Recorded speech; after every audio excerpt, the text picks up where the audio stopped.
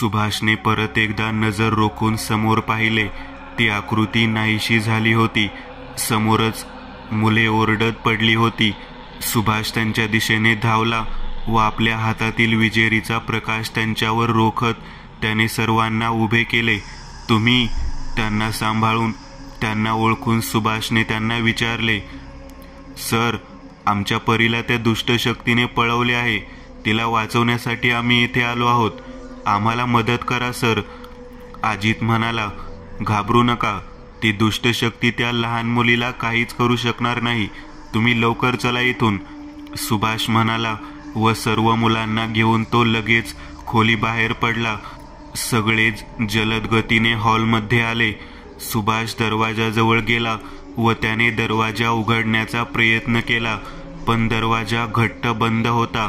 सुभाष जोरदारपणे दरवाजाला धडका मारू लागला, पण काहीच परिणाम झाला नाही. सर, तुम्ही आमची काळजी करू नका. आम्ही आमचा जीव मुठीत घेऊनच येथे आलेलो आहोत. मरण आले तरी परीला वाचवायचे व दुष्ट शक्तींचा नायनाट करायचा म्हणून, वैशाली म्हणाली.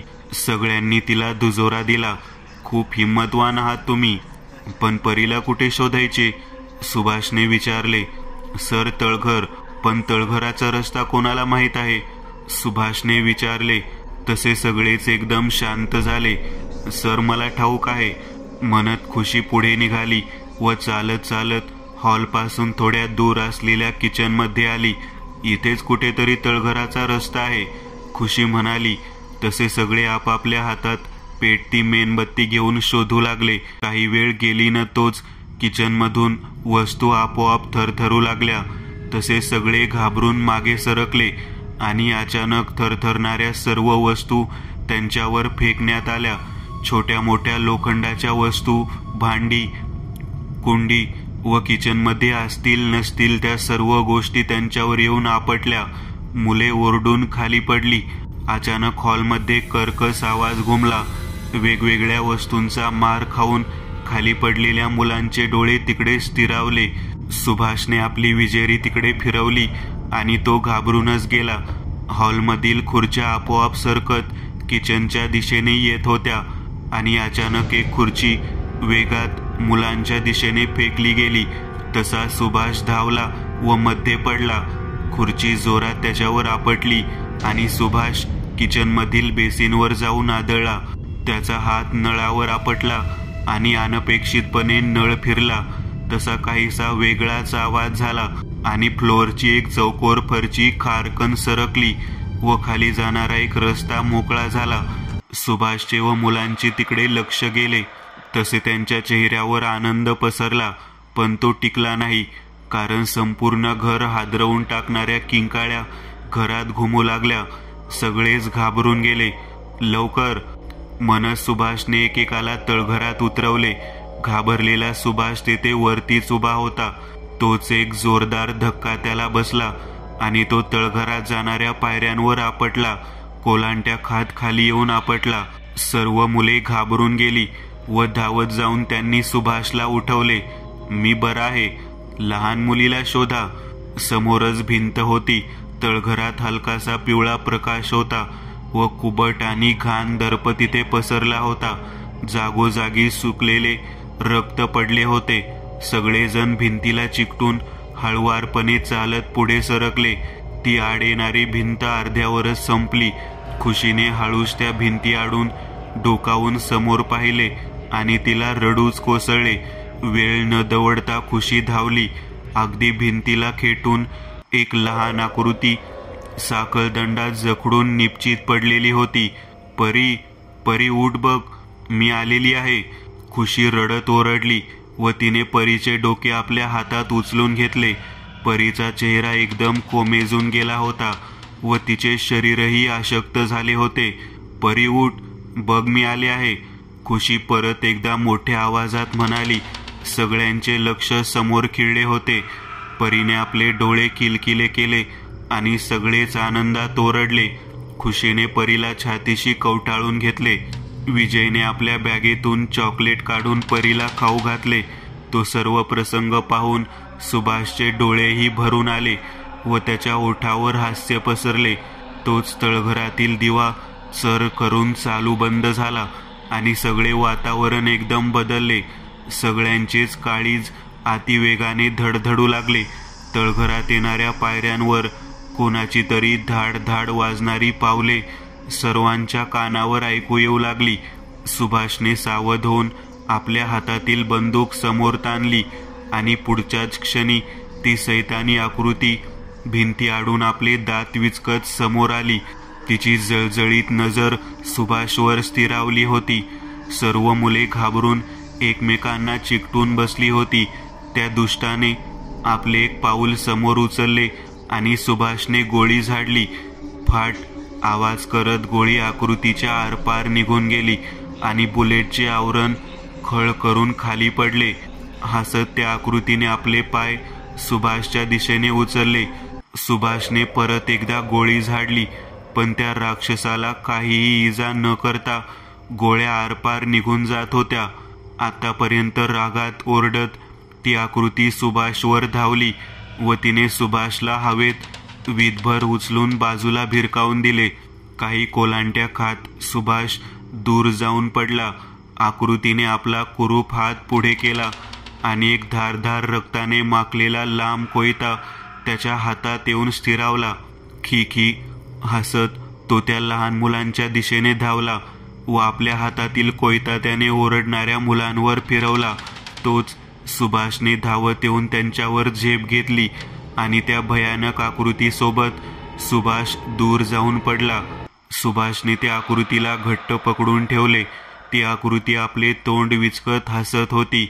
तिच्या तोंडातील धारधार सुळ्यासारखे दात त्या खोलीतील मंद प्रकाशात चमकत होते व त्याचे डोळे आग ओकत होते. अचानक ती आकृती सुभाषच्या पकडीतून नाहीशी झाली. सुभाषने गडबडून इकडे तिकडे पाहिले आणि तोच त्याची नजर वरती गेली. धारधार कोयता त्याच्या मानेच्या दिशेने येताना त्याला दिसला. अगदी वेगाने सुभाषने पलटी खाल्ली, पण गडबडल्यामुळे कोयता त्याच्या खांद्याला छेदून गेला. सुभाष विवळत बाजूला पडला होता. तोच त्या आकृतीने त्याच्यावर हमला सुरू केला व सुभाष शांत होत नाही तोपर्यंत त्याने सुभाषला उचलून आपटले. थांबवले नाही. आधीच सुभाषला खूप मार लागला होता. आशा त्याची शुद्ध हरपली. त्याच्या शरीरावर जागोजागी झालेल्या जखमेतून रक्त गळून खाली वाहू लागले होते. लुकरस मोठ्याने हसला. त्याने आपले धारधार दात विचकले. ते अचानक वाढून तोंडाबाहेर पडले व त्याचे डोळे पूर्वीपेक्षा अधिक लाल भडक झाले. तो आता खूपच भयानक दिसत होता. त्याच्या तोंडातून लाळ गळून खाली टपकत होती व त्याच्या हातातील कोयत्याची धार चकाकत होती. तो हळूहळू मोठ्याने ओरडत व हसत फार घाबरून गेलेल्या मुलांच्या दिशेने सरकला. त्याची उंची आपोआप वाढत जाऊ लागली. हातही मोठाले झाले व हातातील तीक्ष्ण नखे धारधार सुरीप्रमाणे वाढून खाली टेकली.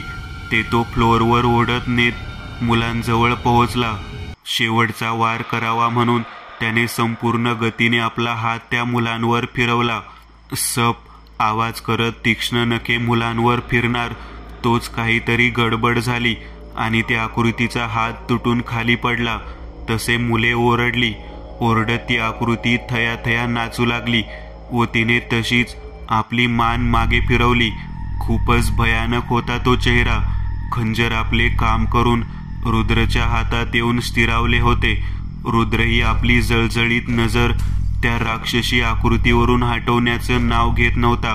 कानाचे पडदे फाटतील इतकी मोठी किंकाळी त्या सैतानाने फोडली आणि तळघरातील दिवा फाटकन फुटला. मुलांना काही इजा पोहोचू नये म्हणून रुद्रने आपल्या गळ्यातील माळ काढून भिरकावली. गरगर फिरत हळूहळू तेज रूप होत माळ चक्रासारखी त्या राक्षसाला भेदून मुलांवर जाऊन स्थिरावली. हळूहळू त्या माळेच्या तेजाने तळघर भरून गेले आणि माळेने एक अंगरक्षक वर्तुळ मुलांभोवती निर्माण केला. तो राक्षस नाहीसा झाला होता, पण तो खंजराने कापलेला हात तसाच खाली पडलेला होता.